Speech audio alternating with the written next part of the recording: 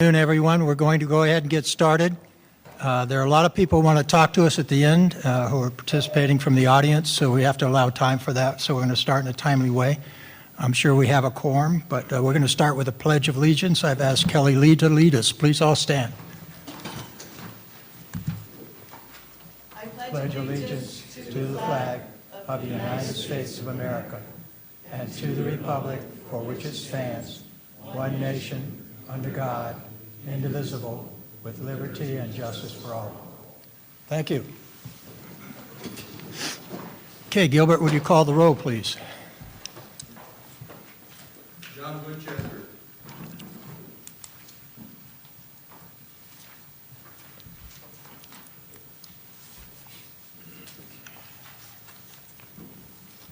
John Sampson. Here. Melissa Brown Dominguez.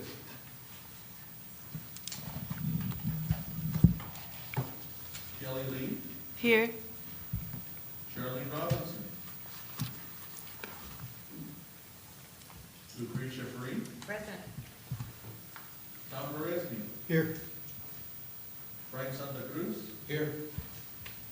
Ed Berger. Here. John Bernal. Here. Frank Fry. Here. Bill Schlesinger. Here. Excellent. Thank you, Gilbert. Okay.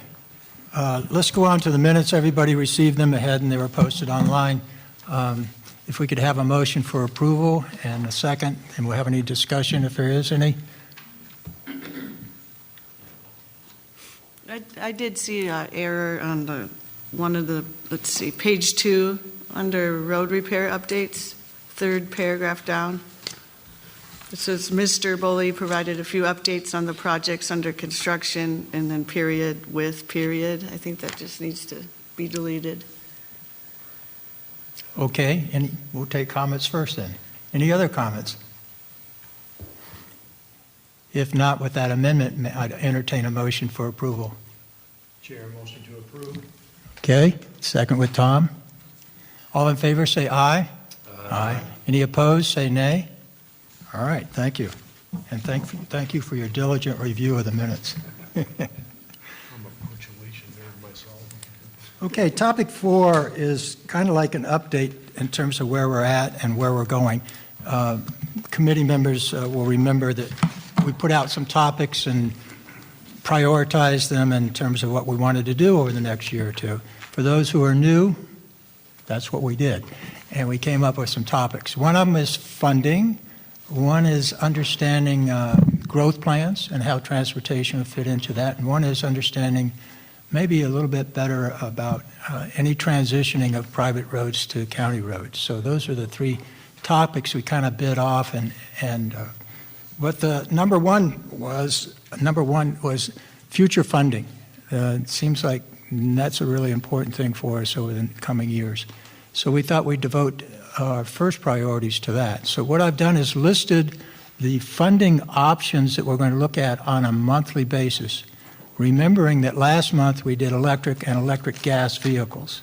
And the bottom line of that one was that the state had imposed a new vehicle tax on electric and electric gas vehicles. So we've kind of done that paper, but we have 4 to go, and I've asked Director Skinner and her staff if we can do 1 per month. So in May, we would do the first one, and that would be the property tax one-time assessment, which the county actually did a few years ago, so that wouldn't be new, but what would it look like in today's world?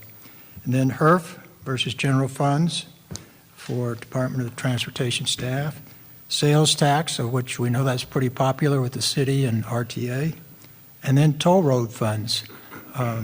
So those are the 4 that we will do in a 4-month sequence, and as the drafts are developed and presented to us, we'll be able to ask questions and deliberate, ultimately figuring out maybe in the 5th or 6th month any recommendations we might have. So I just wanted to highlight that for everybody so they know where we're at, and next month we'll see our first paper. And staff will help us on this quite a bit because we've got some revenue projections and we've got to figure out what the impact is. So We did adopt the format for the papers, so they know what the format is, so we're good to go. I just wanted to post everybody on our direction and what's coming next. Any questions on any of that? Very good. We're going to go to the letter that evolved from the subcommittee's work that will go to the Board of Directors. Just so everybody knows, in our bylaws for this committee, we are commissioned to look at funding for roads and what funding might be needed. So with that, I'm going to turn it over to John, who is the chair of our subcommittee and did some pretty intense work over a period of several meetings. Go ahead, John. Thank you, Mr. Chairman. As you just noted, we have spent a good deal of time, particularly getting to understand everything the staff has been going through in the last several months. And I understand in advance of me getting into the specifics of this letter that Director Skinner was going to give us an overview of where we've been. So I defer to her. Thank you. Yeah, I thought a refresher for everybody. So we've been working on Worst First for so long. Now we have a different business plan, so to speak. So it seemed like wise to go over that again. Go ahead, Director Skinner. Good afternoon, everyone. I'm Catherine Skinner, the Director of Transportation for Pima County. And Gilbert, do you have the slides? So as those that were participated in the subcommittee meetings, over the course of 3 meetings, 3 2-hour meetings or longer, we came up with a set of guiding principles as opposed to just targeting a singular PCI as our target. So, let's see. I got the controls. So how those summarize is it's looking at 4 main categories of how we will measure success and ensure a continued investment in our roadway network. The first consideration is the split between our arterial and collector network and our local network. So we want to make sure that we're always having spending to that local network. So we're saying a minimum of 30% every year needs to be spent on the local road network, which of course leaves the remainder 70% for up to 70%, I should say, for the arterial and collector network. Next, we looked at the surface treatments and really how we're going to begin layering in that preventative maintenance. So our focus in these first 4 years of the program for local roads had been solely on repairing failed roads. And now we need to start doing the maintenance of those roads. And so up to 35% of our yearly budget, we are saying can go towards these preventative maintenance treatments. The next item that we're looking at is recalibrating our PCI category breakpoints. So breakpoints are where we use these, terms like very good, good, poor, how they correlate with our PCIs. So they're being realigned so they better match with industry standards. And then lastly, and this is really speaking to what do we want our entire network to look like? What we want to do is ensure that we're not having too many roads fall into that very poor category. So we're saying no more than 5% should be very poor. That creates a situation where we're limiting the amount of investment we have to make on an annual basis to those most expensive treatments. Instead, we're spending money to keep things in a good condition. And we've already met that goal, and every year when we're determining our plan, we need to keep a focus on that not too many roads are degrading into that worst category. And then the other part of that network goal is that we're retaining at least half, 50% of our mileage in that very good condition, so 70 PCI or greater. So to take a little closer look at these various different principles, one is this funding split, that we talked about, that at least 30% is going to go to local roads. And this just shows the history of the funding split the first 4 years of the program.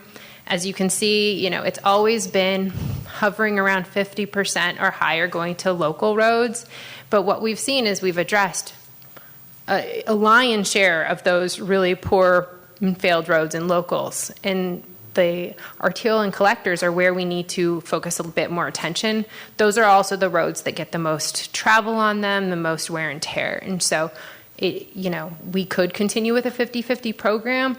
What these guiding principles allow us to do is each year evaluate where that spending needs to be for the next year to have a sustainable program. That's just reiterating that funding split. and then to the surface treatments. So again, when we were working on the worst case roads, we were doing mill and pave. And we have kind of an average cost. That's about $20 a square yard. Well, if you compare to what a preventative maintenance, once you've done that mill and fill, you want to keep it in that good condition by applying the appropriate fog and crack seals, just one example of a preventative treatment, and that's at about $5 per square yard. So as you can see, the money goes about 4 times as far if you're doing the preventative maintenance. That's why it's so important that we're dedicating funding to that aspect of our pavement program moving forward. Next, PCI breakpoints. So what are the breakpoints? I think this has kind of been a point of confusion and concern. Any organization can determine where they want their breakpoints to be. What we did in our evaluation was look at some industry standards, and we wanted to correlate our breakpoints with the timing of the appropriate treatment. So when you're above 70, a lot of those preventative maintenance treatments are appropriate, and so that was a great breakpoint. When you're above 50, you might have a little bit more significant preventative treatment, but you're still above that point where you generally have to do a mill and fill. And then below 50 is you're starting to look at the mode of failure and looking at a more significant repair. So that's kind of why we set the breakpoints where we did. It also much better aligns with industry standards. And one thing for those that were a part of this committee for many years might recall is when we started the program, these breakpoints were what we were looking at. And we switched it when we did our first PCI because we didn't want there to be a radical shift in the number of miles that were, say, in very poor. All of a sudden, it looked like our roadway network got significantly better when we did the PCI. So that's where we adjusted everything up. We had a 40 instead of a 25 for that breakpoint. But now, as we've gotten further into our program, that doesn't align with so many of these other triggers that we need for maintaining our program. Here is just a list of a lot of the other agencies that utilize this type of breakpoint system that we've recommended moving forward. And it also aligns with the recommendations from Street Saver, which is the program that we use for maintaining our network. Just a little bit more info on it. Of course, these breakpoints are designed so that we can better monitor our system. They align with our various treatment types. And if we don't do this correctly, our estimating is not going to be as accurate as it could be looking into the future. And lastly, I already spoke of this before, but we want to maintain a very good network. And so that is why we're saying over half of our network, we want in that very good category. Those are also the roads that we can maintain for much less money using these fog seals, and we want to limit what's falling into very poor condition. One thing we have to acknowledge is pavement is constantly degrading. So it is not really possible to keep an entire network at the tip-top shape. There will always be that degradation curve. And so this set of goals, which is much more holistic, looking at many different aspects of our network, allows us to create this long-term sustainable program. So that's kind of a recap of where we got to that table. If there's any questions, otherwise I'll turn it over to Mr. Bernal to speak about the letter. Chair? Yes, go ahead. Okay, thank you. So at last week's Board of Supervisors meeting, Supervisor Christie put on the addendum discussion on this specific topic right here and the change in methodology from worst first and the funding, and we talked about how in the next 4 or 5 years there was going to be no certificates of participation money brought in or available to DOT to do mill and fill. And there were 3 specific questions that were asked for the department to conduct. The first one from Supervisor Bronson was a tabulation to date of all the roads that have been repaved and with a breakdown by district. And then Supervisor Christie asked what roads are still in a failed condition. He used the term failed and not the very poor. and roads that will slip in the next 4 years. And the third item also, this one also from Supervisor Christie, develop some scenarios dollar-wise without raising taxes to add maybe $100 million over the next 4 or 5 years so we could bring more of that certificate of participation money into the next 3 or 4 years. So it's a question, do we have a general idea when those questions will be answered back to the Board of Supervisors or not? So we're currently working on responding Okay. to all of those, as you might imagine. Yeah. So we're developing all the lists broken out the way it was described. One thing to keep in mind is there's been redistricting since the start of this program, which adds just a little nuance of complication to it. But we are actively working to answer all those questions. You know, it's our goal to reply as soon as possible to these types of questions. It's a fairly comprehensive list of questions. So Yeah. we anticipate, hopefully by the end of next week, I would say, that we'll have our correspondence up to the county administrator. The last question that you raised about the scenarios with the 100 million is not a question that the Department of Transportation takes the lead on. That's much more of a finance type of question. Okay. And on your briefing, how many roads do we have right now in the 0 to 24 range as far as PCI goes? Because I know this last year we were working on 36, 38 as the kind of the break point on PCI. So I would hope that we had everything below that already milled and paved over the first, 3 or 4 years of the program. Do we still have some in that 0 to 24 range? So we do. I'm looking at a table from our April 3rd, 2023 memorandum to the board where we looked at what we forecast the network conditions to be at the end of fiscal year 24. So it's not a snapshot in today. But at that time, we were looking at 0% of the arterial network, 0.2% of the local road network, and then 2.6% of the collector network. So that's kind of pointing towards our challenge with the way the funding split had been. We're finding that the collector roadways are not necessarily getting treatment as quickly as we would like them to. Okay. So more of those are in that very poor or failed condition. Okay, so what was the date of that memo? April 3rd April is 3rd? the date, and then April 5th is when it went to the board from Jan. Okay. I don't know if anybody from staff has a different way to look at that.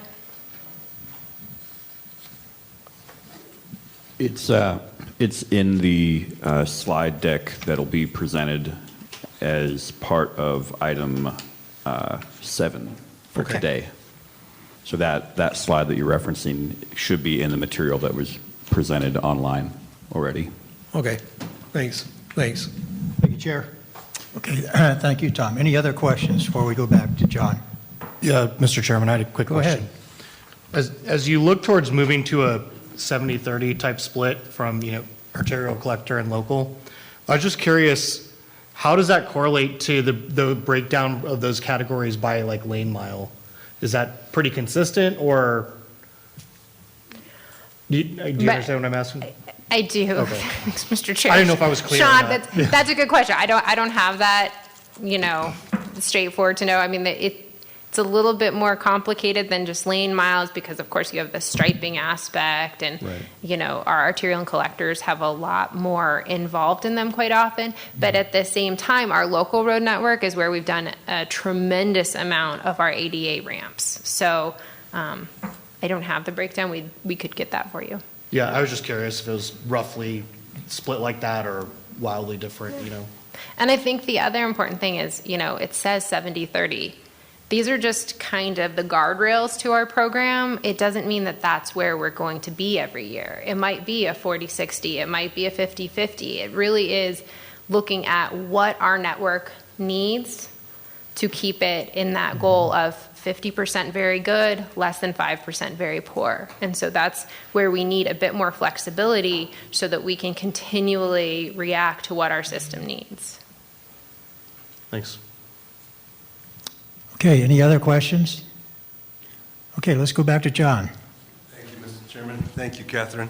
Well, again, to culminate what the subcommittee work accomplished, we came to this full committee last time and recommended that we adopt or support the staff's revised approach. So that part was done. However, in our discussions as a subcommittee, we noted, as was just discussed, that there are still some miles of very poor condition roadways and very limited number of miles. And so we asked staff for, information related to what was left to be done. Because I have to admit, the 50-50 split of funding that we'd been using before on locals versus arterials and collectors really gave us an opportunity to advance our work in the local road area for the very poor condition mileage. And so we're left today, or after this fiscal year, with 22 and a half miles in very poor condition. The staff has estimated that'll cost about $15 million to complete.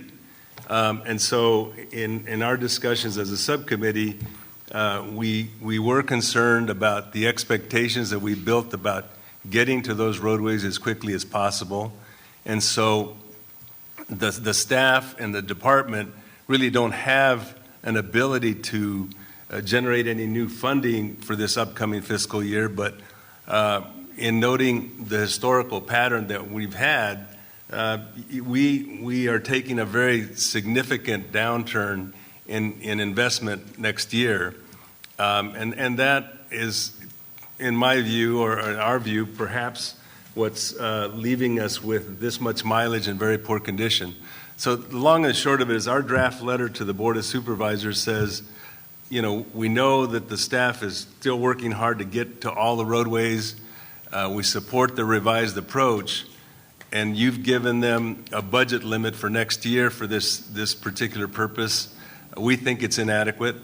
That amount that the board is authorizing right now is about $20 million. We're saying another $15 million will take care of the remainder of the mileage for the very poor condition roadways. And by the way, the $35 million that would result is less than half of this current fiscal year's budget. So, again, very significant. So that's in the letter. We're simply saying we'd appreciate the board taking a look at that.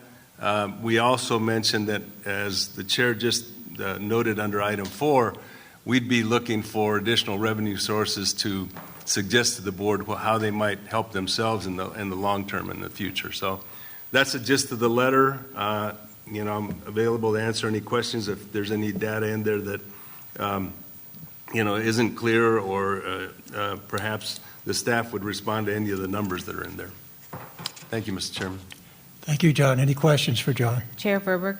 Yes, please. No question, but I just wanted to say that we have to remember that those very poor roads represent constituents that were told their roads were going to be repaired previously. Mm-hmm. And so we all those of us who were originally on the committee sat through hours and hours of feedback from the community and their passion around getting their roads, their local roads in unincorporated Pima County repaired.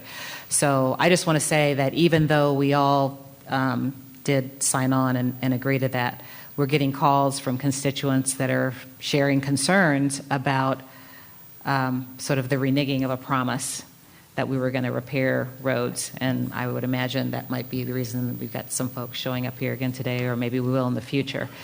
People care a lot about what their local roads are in front of their house, and we made a promise that we were going to do this, and we are basically not doing it for whatever set of good reasons that we've already reviewed. So it's not a question, it's just a comment. Well, a comment very much on point based on the discussion of the subcommittee members. So I'm glad you put it out there. Any other comments? Because I have one suggestion, very minor, for the letter. Okay, on the top paragraph of the letter, we would need to make the amount of money that we put in to roads over the last 4 years consistent with April 12th memo that went to the Board of Supervisors. So we would change that $250 million to $244 million. Now, I assume I'm correct on that. I allow staff to revise my observation if they wish. So it would read the 244 million Yeah, invested? not period, 250. Not more than Yeah, or any of that? yeah. Okay.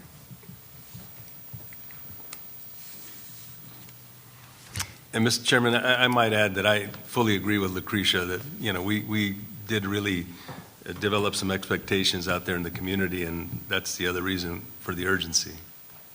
Well, and that's the reason for us looking at these funding options, so we can try to come up with a solution for more funding down the track so we can continue this job of keeping up good roads in the county. Anything else? If not, I'd like to entertain a motion to adopt the letter with a small amendment.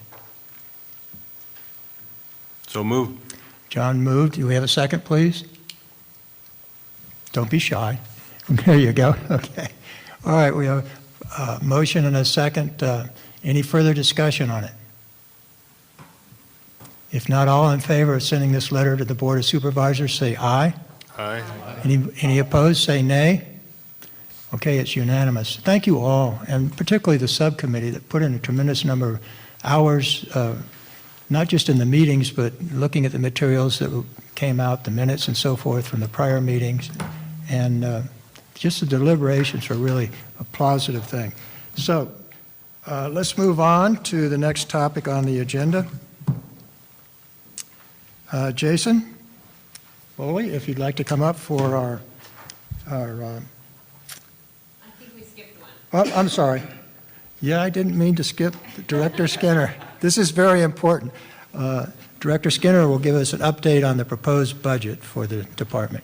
Thank you, Catherine. Thank you, everyone. So this is a very quick, high-level overview of our budget. Obviously, as you might imagine, we've got dozens and dozens and dozens of object codes that we fund for each one of our divisions. So we did a high-level look at the big picture for you all. So first of all, I always like to say, it's not even just those of us in this room from DOT that do the hard work. We've got 190 employees, and we're maintaining 2,200 miles of roadway and all the infrastructure associated with that roadway. So it really is a huge team effort to get this done every year. In terms of our spending, so these are the highlights of what we plan to spend in fiscal year 24. 65.9 million is our expenditures, and 39.6 million are transfers out. So transfers out correlates to that debt service payment. And where that breaks down in terms of where we're spending that money. From a maintenance standpoint, 20 million of the expenditures is towards the fiscal year 24 pavement program. 23.5 million is for roadway infrastructure maintenance. So those are all of the other roadway amenities that we address, including monsoon cleanup is a significant one, the mountain snow removal on Mount Lemon. If you think about all of the signing, striping, bridges, culverts, sidewalks, so that's what that other 23.5 million is going towards. Operationally, we contribute about a little over 7 million for the transit system in unincorporated Pima County. That funding goes to the Regional Transportation Authority, who oversees transit for the unincorporated portions of this community. We have another almost 2 million that's going towards our traffic reviews, construction oversight. So all of those right-of-way permits when there's a utility company out doing some repair to a gas line or water line, we're doing oversight of that construction. We have about 1.7 that's going towards capital improvement projects, and then $1 million for specific to our permit inspection as well. So I think these two different permit expenses, one is that traffic review component, and one is more large-scale construction. And then debt service, like I mentioned. So there's still a significant amount of money going towards debt service. I know this has been a conversation previously because the reason we as a department are able to spend more on the pavement repair program is because our debt service towards HERF bonds has gone down significantly. It's down to 11 million for next year, whereas it used to be closer to 20 million a year that we were spending on that debt service. However, There is debt service related to those COPs, the certificates of participation that were advanced for these 3 years when we had $50 million of the pay-go going towards pavement repair. So what happens is we receive a transfer from general fund for $25 million, but the majority of that goes back out to pay this debt service. And then we have a small amount that's going to our countywide enterprise resource planning system, our whole new system for budgeting and the like. So then let's talk a little bit about revenues. The revenues balance out basically with our expenditures, as you might imagine. It's about $105 million up there. A quarter of that is from general fund that's just going straight back to repaying the pay-go. But more than half of our budget is highway user revenue funds, and another nearly 20% is that VLT. So those are restricted funds that state statute dictates how they can be used, and they really are just for the Department of Transportation. This is a more granular breakdown, again, of those revenues. So for next year, we're anticipating a little over $58 million for HERF, a little less than $20 million for that vehicle license tax. And then the rest is really minor in the grand scheme of things. We generate under $1 million for permit fees and licenses, and under $1 million for miscellaneous items. So we kind of describe that. We do have some rent. We manage the airport in Ajo, Arizona, so there's some rent related to the hangars out there. We also have various buildings and parcels that have been acquired for roadway projects that we continue to receive some rent on it, as well as damage billings. So if a guardrail, say, is damaged by a vehicular crash, we do try to recoup the expenses of repairing that. And then from a transfer in perspective, I already spoke to this, but the pay-go system that was approved by the Board of Supervisors essentially was a flat $25 million per year to go towards pavement repair.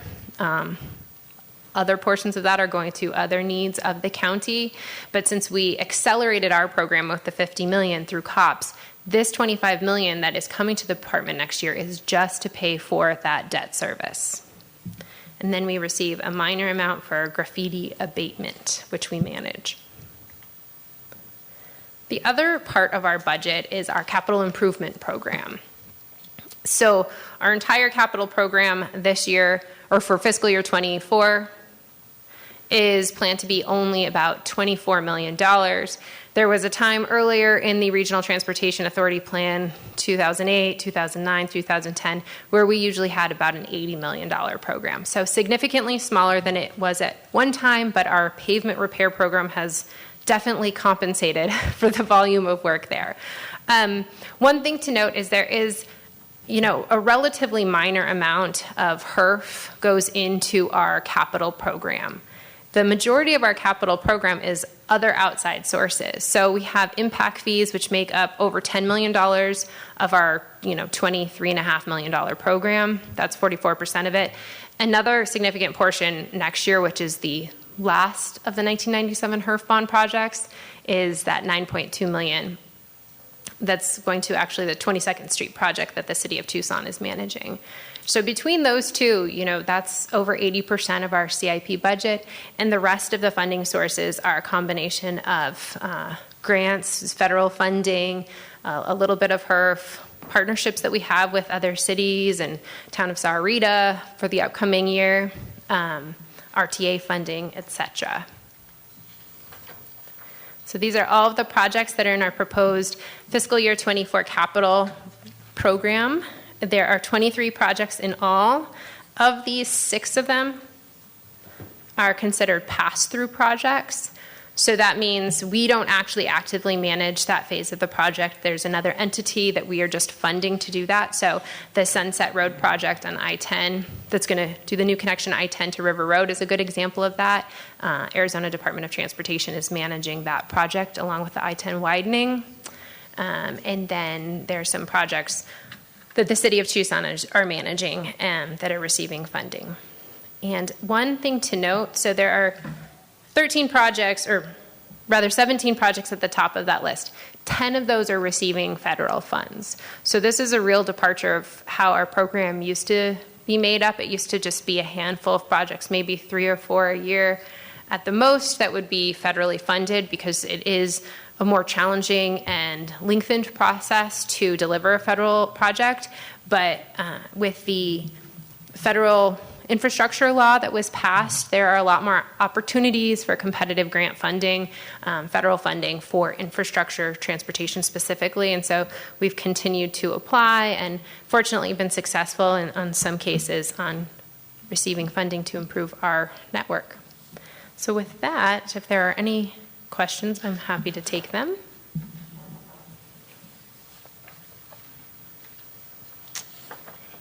If not, It's probably the easiest you've ever gotten off related to That's your right. budget. I'll take it. Thank you. Okay, thank you. Okay, now let's go to Jason Boley.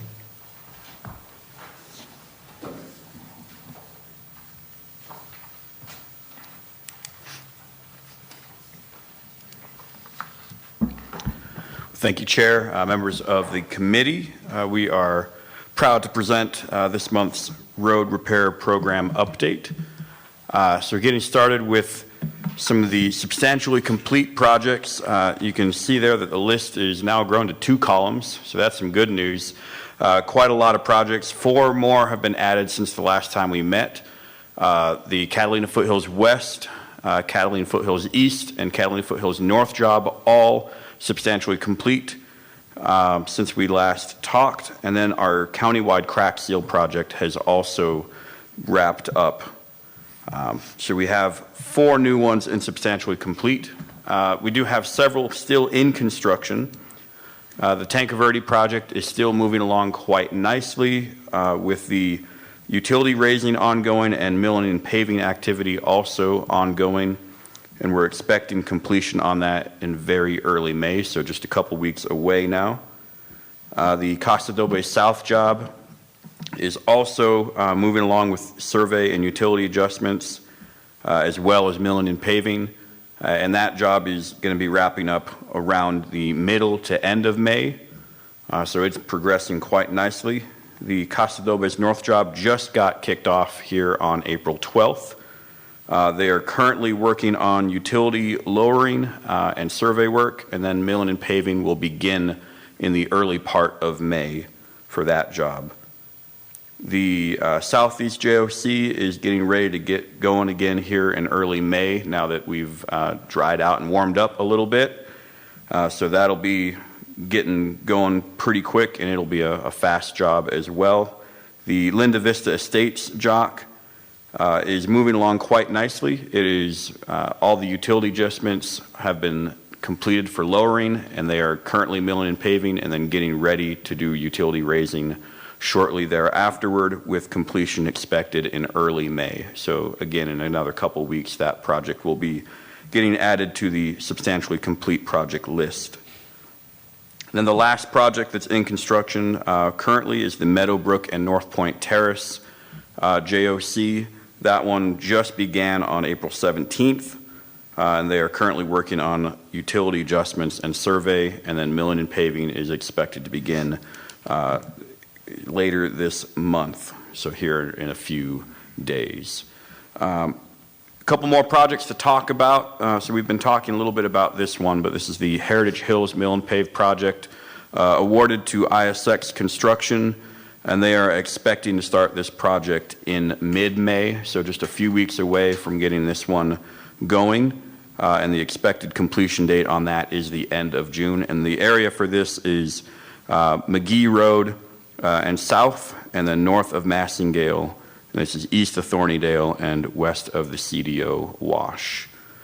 So that's where that project's at. The next project is the Moondance and Bridlewood Estates Mill and Pave. This is a JOC, a job order contract. This was awarded to Markham Contracting for $1.212 million, which is under engineer's estimate. And it is also expected to start in mid-May. And this area is between Cortero Farms Road and McGee Road, and then west of Shannon and east of Camino del Oeste, just to give some perspective on where that's at. And then the last job to talk about, the Bridlewood West and Pima Farms job. So this is just a little bit further west than that other one we just talked about. This was awarded to Borderland Construction, and they are also expecting to start in mid-May. The low bid for this one was $1.064 million, which is under the engineer's estimate, and the completion date is the end of June. So I know we breezed through a lot of that, but kind of a broad overview of the program right now. So all packages for this fiscal year have now been awarded or in construction or complete. So that's some great news. And you can see there the portion of our pie chart that is complete is growing ever larger, with a lot in construction and the well, and then those few that we talked about in the awarded column as well. With that, I'll just remind everyone that you can view the status of all of our roadways that have been selected for this year's program, as well as past year's programs, on our website. You can see the link there below. And then this will also be the place to view next year's fiscal 24 projects when they start to be announced here in the next few weeks. So the next part of this, we talked about the guiding principles, so we're going to breeze through this part fairly fast. And we'll take questions at the very end over everything. There was a question asked about what other jurisdictions are doing, so we have kind of a comparison between other jurisdictions as well as the average for what we've been doing over the course of the program, and you can see fairly comparable there so far. So that's the great news on that. Again, I'm going to go through these fairly fast, so please feel free to ask questions at the end and we can go back and talk about any of this. The guiding principles, once again, so this is what we're going to be using going forward in 24, and Director Skinner talked about that earlier, so we'll keep on moving. There was a question about how the funding would break down with these new guiding principles. And so here's kind of the target numbers with the $20 million for next year's program. And you can see there we put the percentages of what goes to what.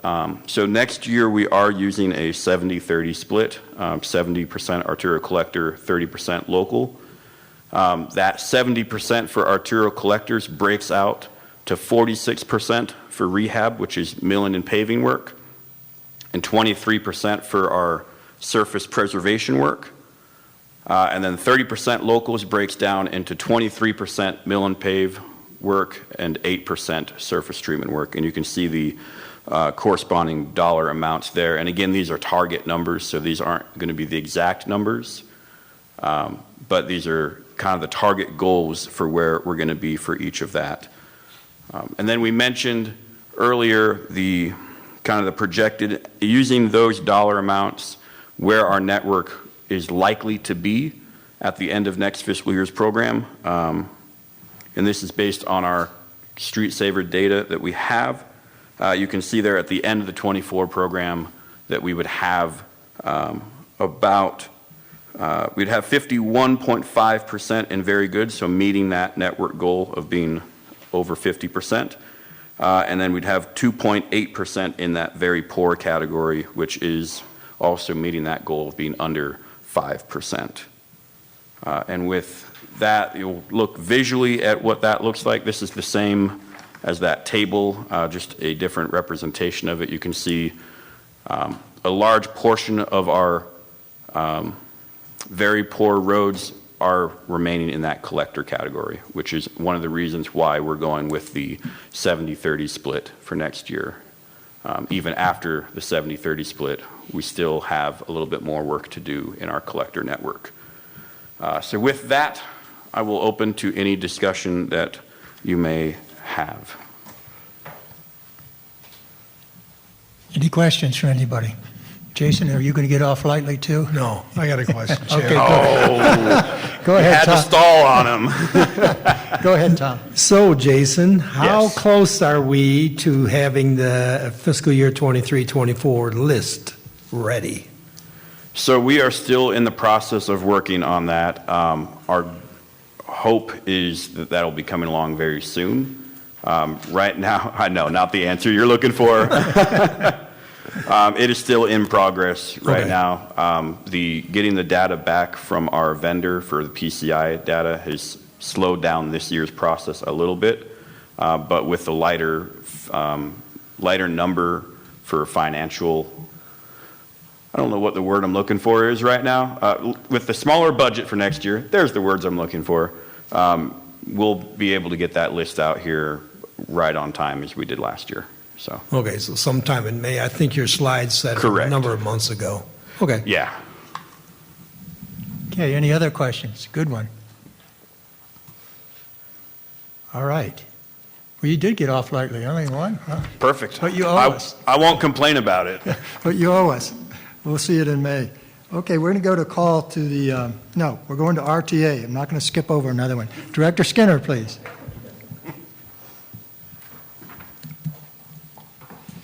Thank you, Chair, members of the committee. It's the last presentation I'll give, and then you can get to call the audience. I just want to give a quick update, as we do each month, on the progress towards developing the RTA Next program. Of course, that is being managed and run by Pima Association of Governments, Regional Transportation Authority staff. So mostly I just get this plan on those various committees that are actively working on this plan, and Mr. John Bernal is on one of those committees, so I'll let him provide any insights he'd like once I've reviewed kind of the high-level items. So since our last meeting in March, the RTA board has not met, so there's no update on that front. But to remember, the goal that the RTA board has set is to have this plan developed by the end of June this year. So just a couple more months in front of us, and there is a lot of work happening in all of the other committees and by staff to make that an achievable milestone. The next meeting of the RTA board is scheduled for the 25th of May, I believe is the date. The Citizens Advisory Committee of the RTA meets every other Monday, essentially, and they haven't been skipping meetings, I will say that. They are lively meetings if any of you have ever listened to them.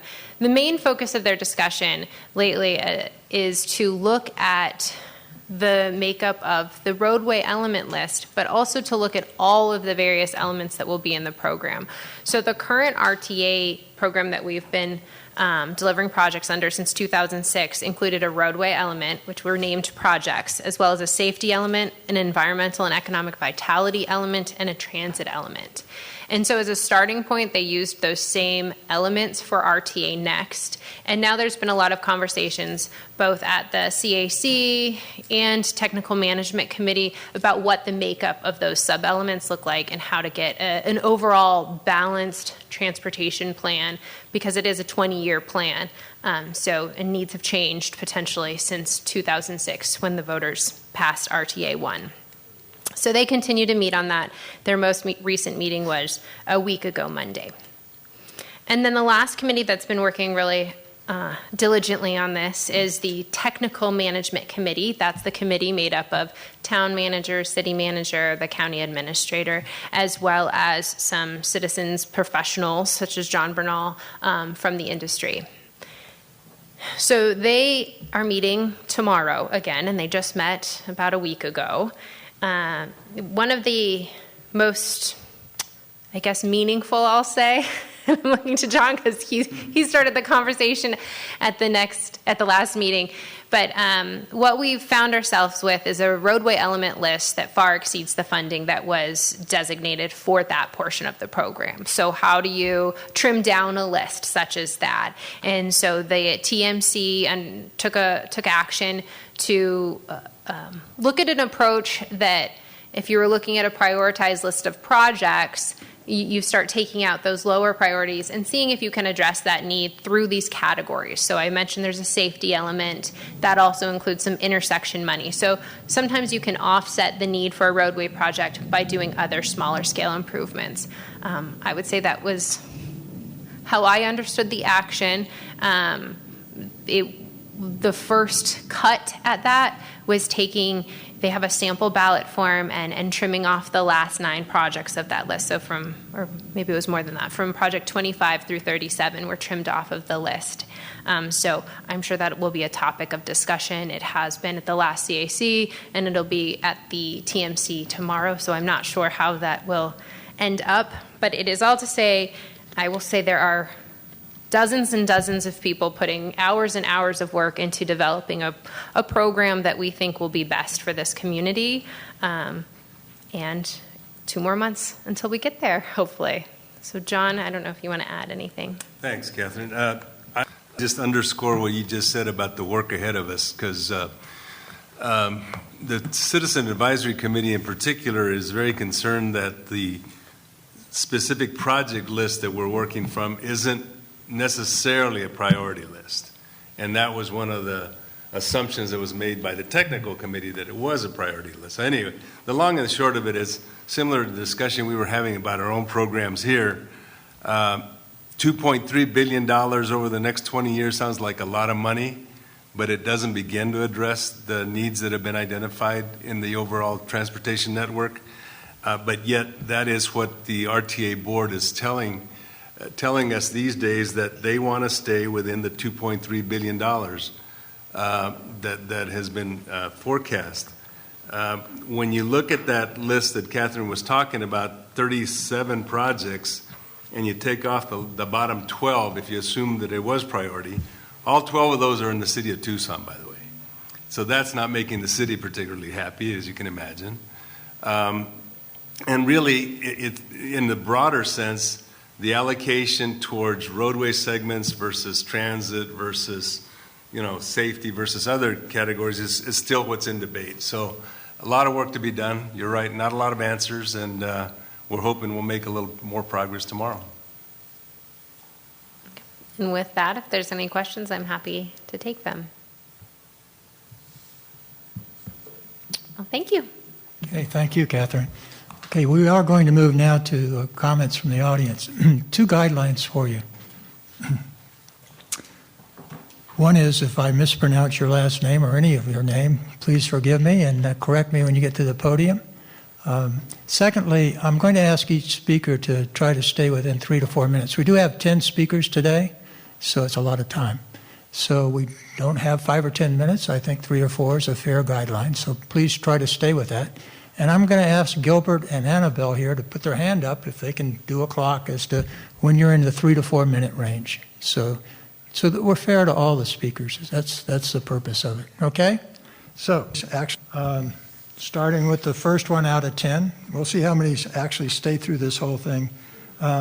Martha Mitchells, please. Martha Michaels. Oh, Michaels, okay. There you go. First one.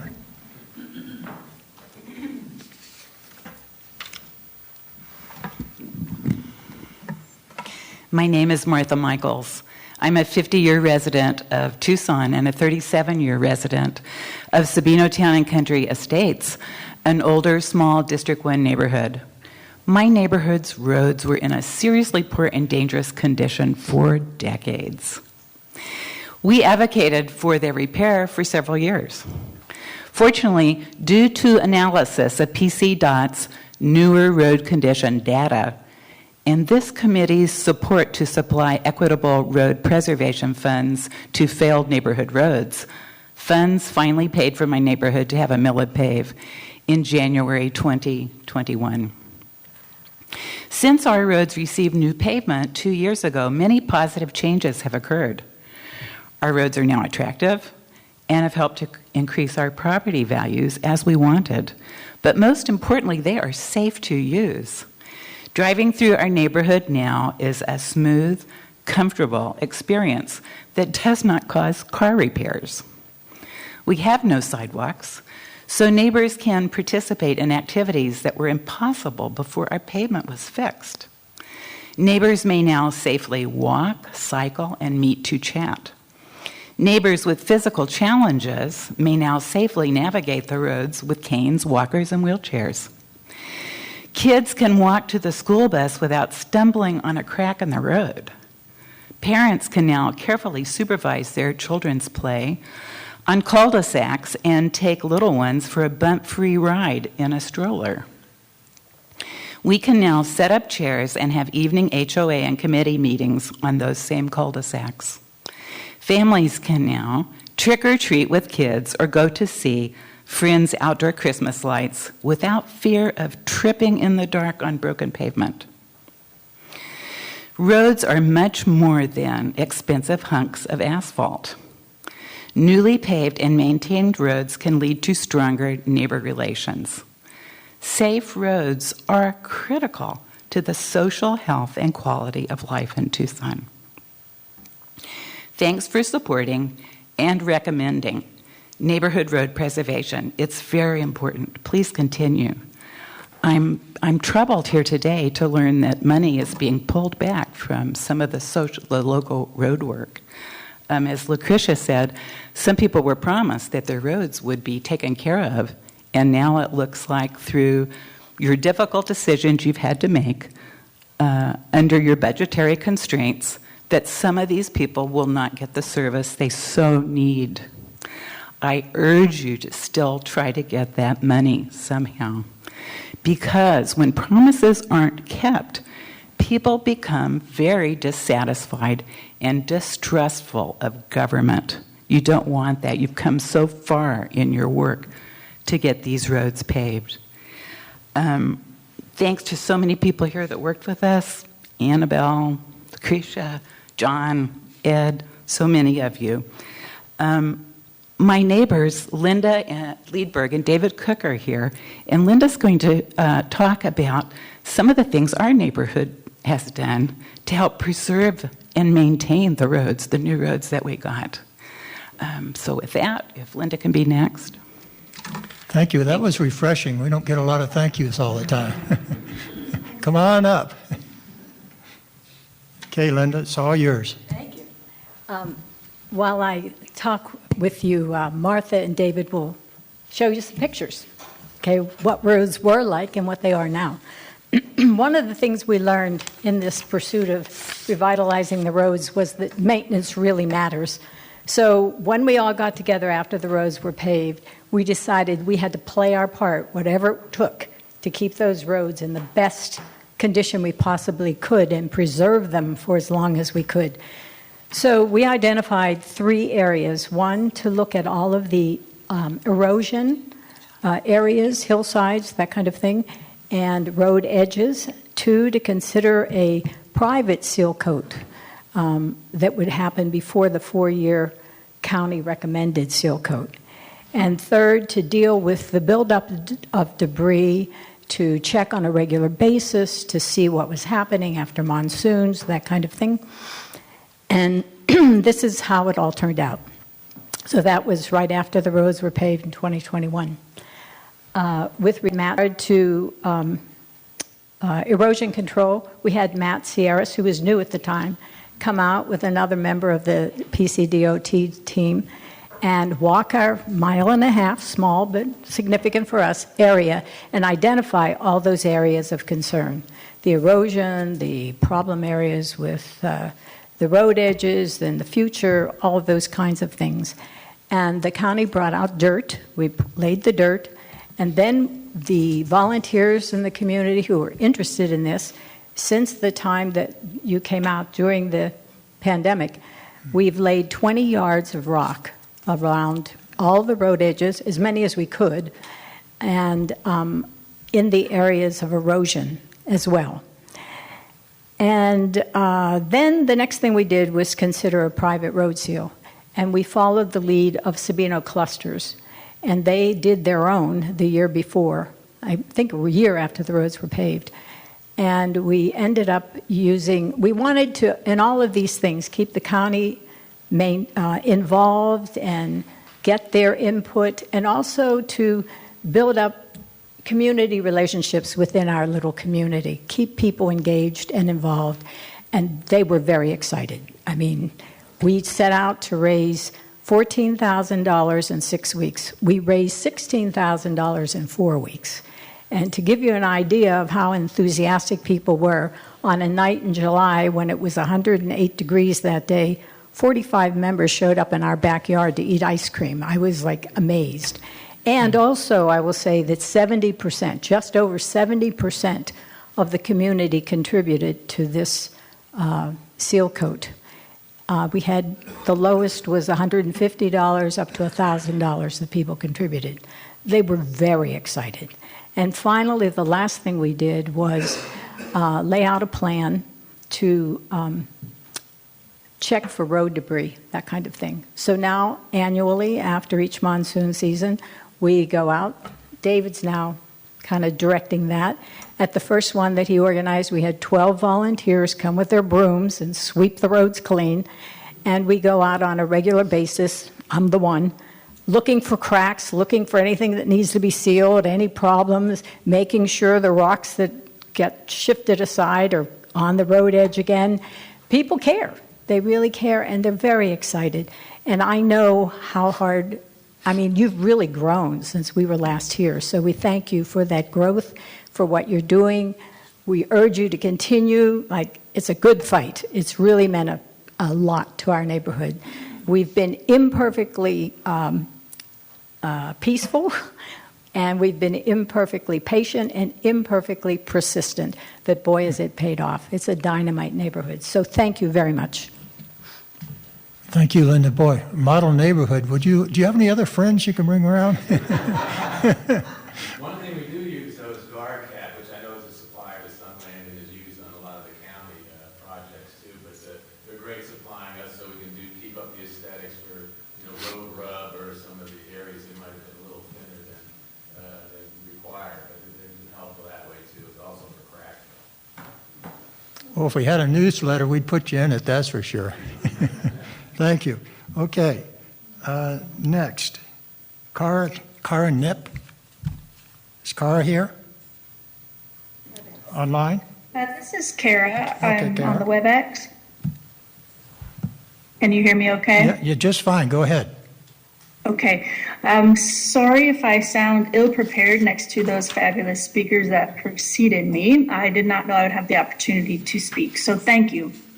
Hello to the team, PCTAC. Thank you for all your hard work. This is my first meeting, and wow, you all cover a lot of bases and a lot of money, and grateful. And hello to all you welcome guests as well. We appreciate you hearing our voices in the community that we love and we value.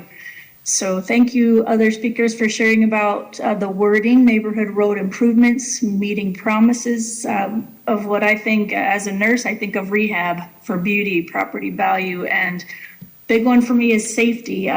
3 years ago, I was riding my bike on Thornydale Road, and a car did a U-turn, did not see me, took me down, drove away. And 14 hours later, Banner Hospital did brain surgery, or I would not be blessed with meeting all of you today. So it's been quite a road, and I chose a home that's on Mona Lisa, pretty close to Ina La Choya, because I can get to meds and groceries if I need to on my three-wheel bike that I cannot fall off of since I still cannot drive. So road safety is a key thing for me that I'm experiencing in a different way. As a nurse, I helped a lot of patients through that, but it's different when you live it. And I just was asking to have information to know about when my neighborhood roads would be on the schedule to be resurfaced, or however it is that is worded, for safety for me, so I can get to meds and groceries, which is often. And safety to my family. I think this might have been covered in the pictures that were shared. I'm not quick enough to follow that. Sorry, brain injury girl. But McGee Road, between where it meets Cortero Farms and Thornydale, I have family that if I could take that route, I could get to them safely as needed too, if I need help or if they need help, since I can't drive. So I'm just expressing the importance of the work that you do and the gratefulness for those of us who are used to helping the community and being a nurse, and now stuck at home and very dependent on the safety piece. So thank you for all your work there, and thank you for listening. And thank you for your comments. We appreciate it. Okay, let's go next to Maureen Cadigan. Is Maureen with us? I know our meetings take a while, but that's okay. Let's go to the next one. Eileen Starr, are you with us?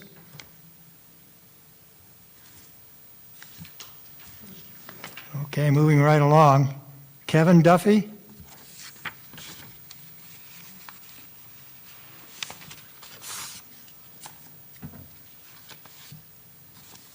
Next? He's online. Oh, he is. Go ahead. Kevin?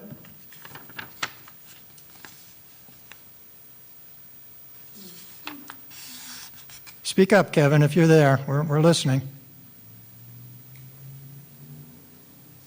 Yeah, Annabelle says you're online, so we're waiting for another moment.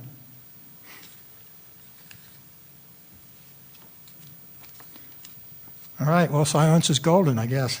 Okay, Kathy Burdick. Kathy, are you with us? Yes, I am here. Go ahead. Thank you. I do appreciate everything the Transportation Committee has been doing. I have spoken once before, and I'm back. I had sent Mr. Ibarra some petitions, signed petitions for, we would like the board to consider repaving Overton Road next 2024 budget. Can I ask questions in this during this time? Well, I guess it depends upon what questions you have, but go ahead, give it a try. Okay, so I want to know, when was the PCI determined for Overton? I'll turn to Director Skinner for that. Well, I'll say generally during call to the audience, we listen to the comments and provide written responses afterwards. But as Jason mentioned earlier in the presentations, we are working with a vendor now. We just ran the roads again in this past fall-winter season of 2022 to get new PCIs, and prior to that, it had been late 2019 when we collected data. Okay, thank you. And I'm glad they're being looked at again, because I think since 2018, we have added 3 new single-family developments, a storage unit, a restaurant, a swim school, in addition to the commercial entities of Walgreens and 2 nurseries, all which access Overton Road. And all of those require additional traffic and have added additional traffic to the road. In addition, of course, the construction vehicles that have been used to build the 3 new single-family developments. And I sent some photos of the road and what it looks like to Mr. Ibarra, and I'm hoping he shared those with you. We have places in the road where there's no line whatsoever where the shoulder is, and trucks have run off that shoulder and have dug 6-inch holes in the side of the road. And when it rains and those filled with water, you can't even tell that. You can't tell where the edge of the road is. The middle of the road, where we do have what I'm calling the suicide lane, is buckling and falling apart. In addition, we have school buses that are running back and forth on these, using these roads. And in the photos, you can tell the water collects, and you can't tell where the road ends and the shoulder begins. So in addition to this, the wonderful bike path has been created around Cañada del Oro Wash, but you cannot access it from Overton without putting your life in danger because of the lack of shoulders. And I respectfully request that you consider placing Overton for not only repaving, but re-leveling, so you can see in the photos the areas where the water collects over a period of day. It doesn't just happen in the rain and disappear. It's there. So please consider that in May. I understand it's in May when you present your 2024 budget.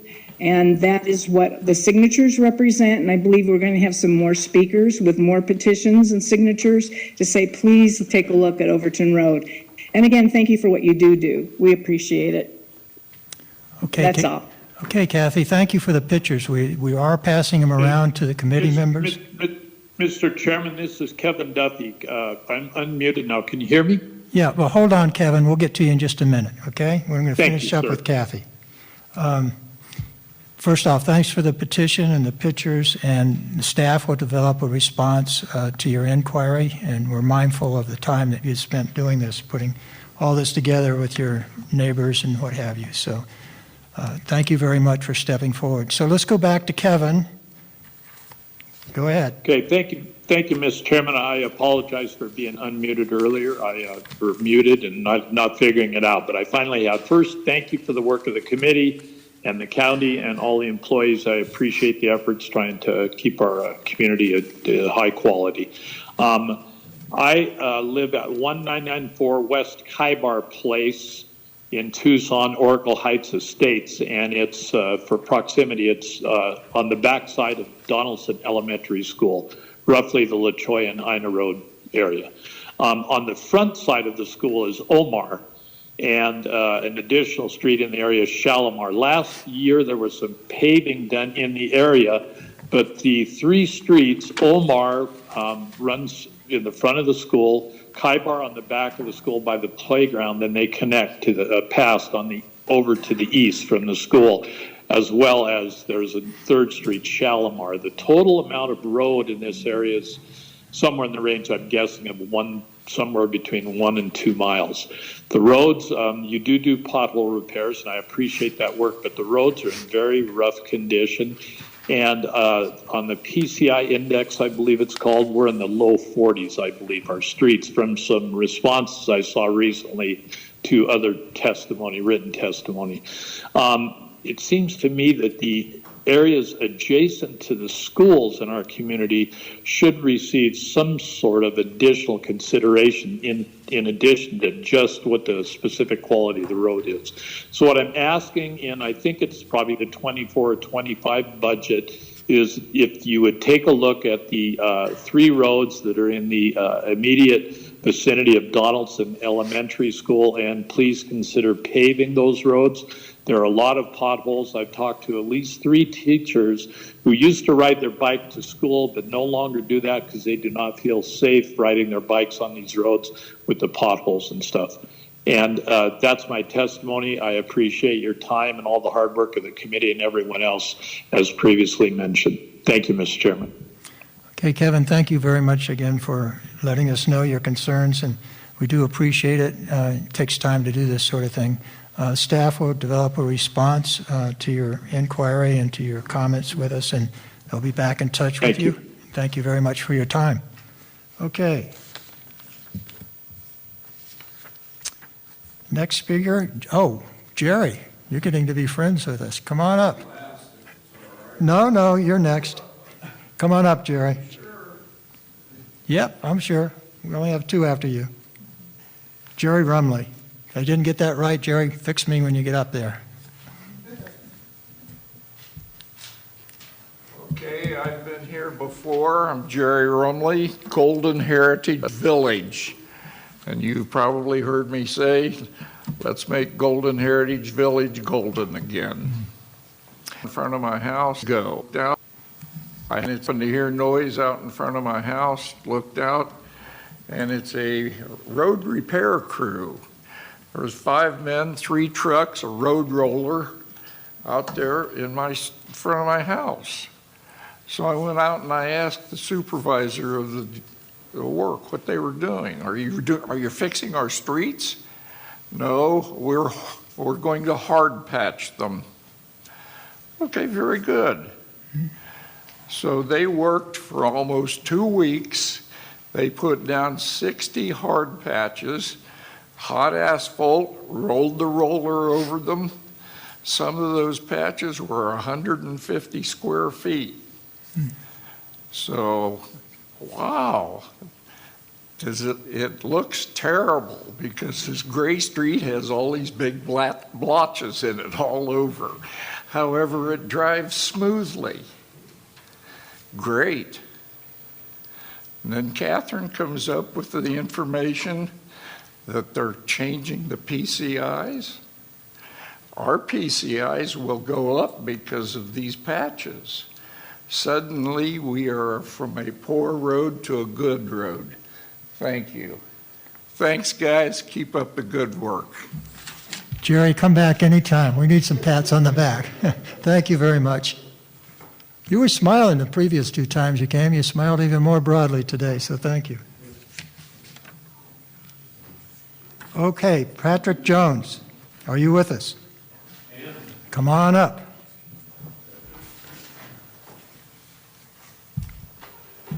Thank you, Mr. Chair. Members of the committee, staff, thanks for the good work you do to make government work. Pat Jones, I live at 6301 North Canyon del Pajaro, and that's over by Sabino Canyon. Quick note to the team here, if you enter Pima County Transportation Advisory Committee into Google or DuckDuckGo, it takes you to a 404 error message. So you have to go back to the home page and you get lost. So fixing that probably ought to be a quickie and a lot easier than the other issues you're hearing about. I'm here for 2 issues, infrastructure quality and safety in the neck of the woods that I live in. And it's up there by Sabino Canyon Recreation Area.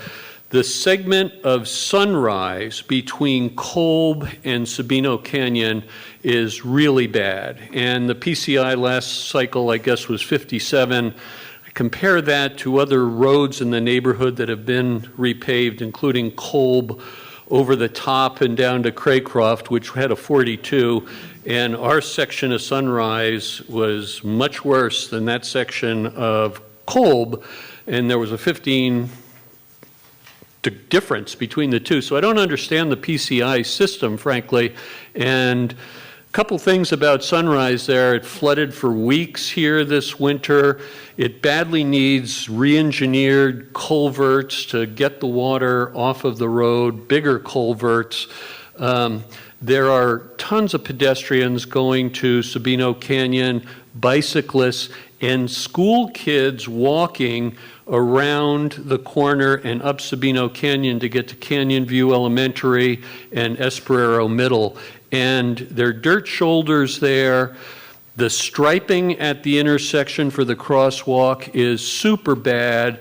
The whole area just needs a study and some re-engineering and then improvements. I don't know the history that caused you to stop that beautiful 4-laner that Sunrise is right up to Kolb, and then the next section to Sabino Canyon's a really bad road, getting worse. So I'm hoping that that becomes a priority here in the next cycle. I know you're strapped for money.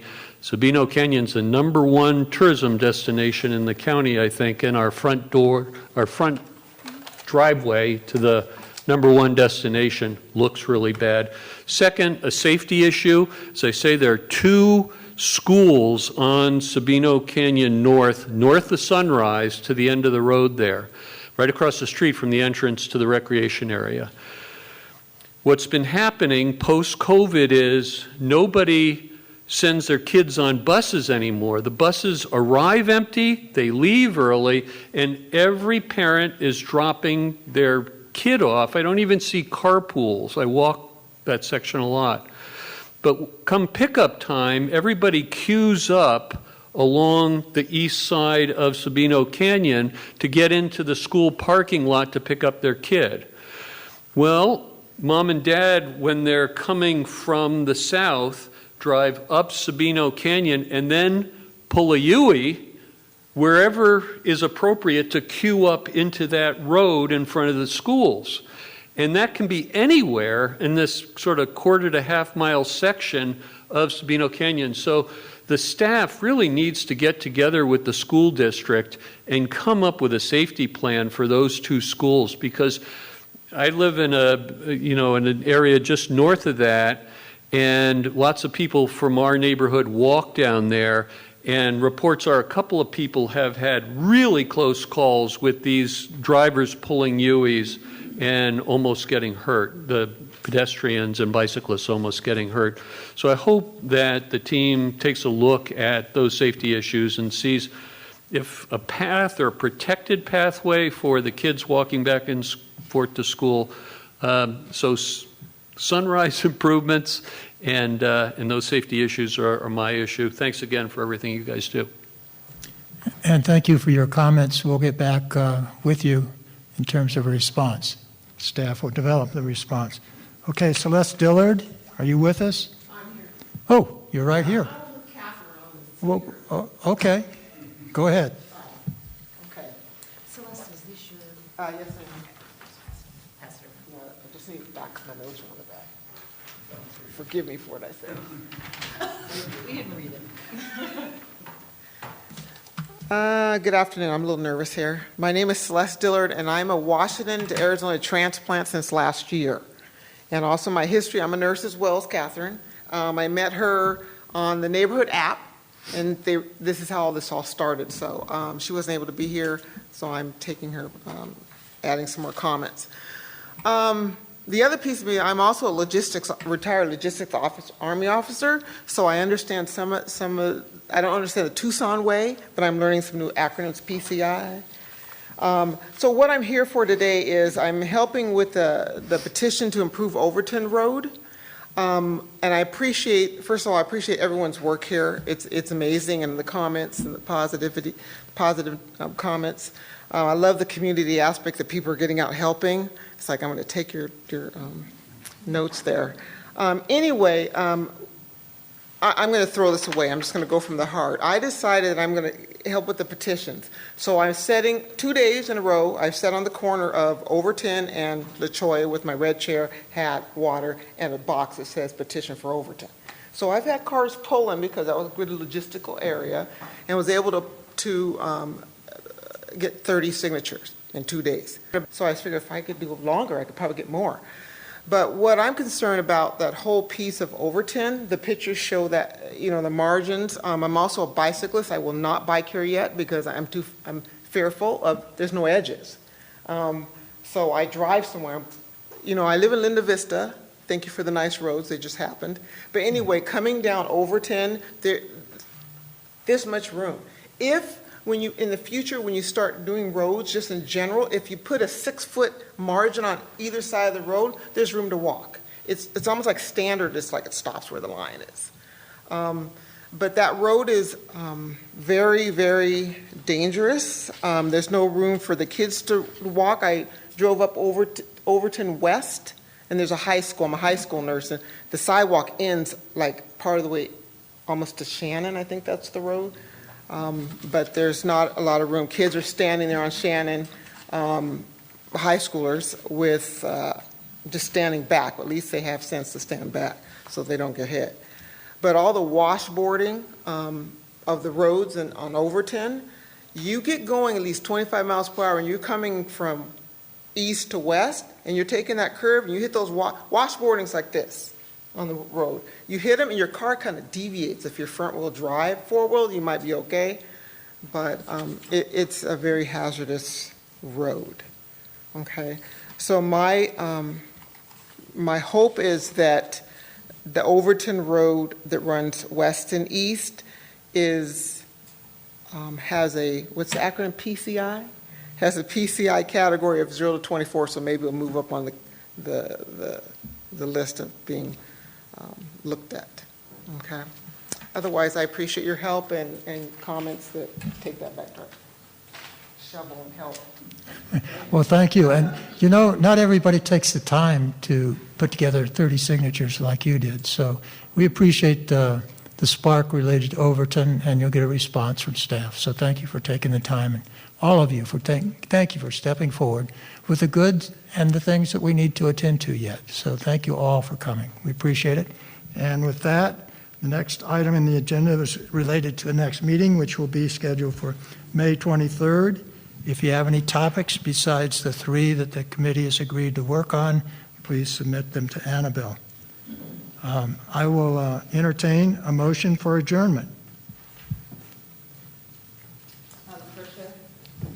Yes, okay. And a second?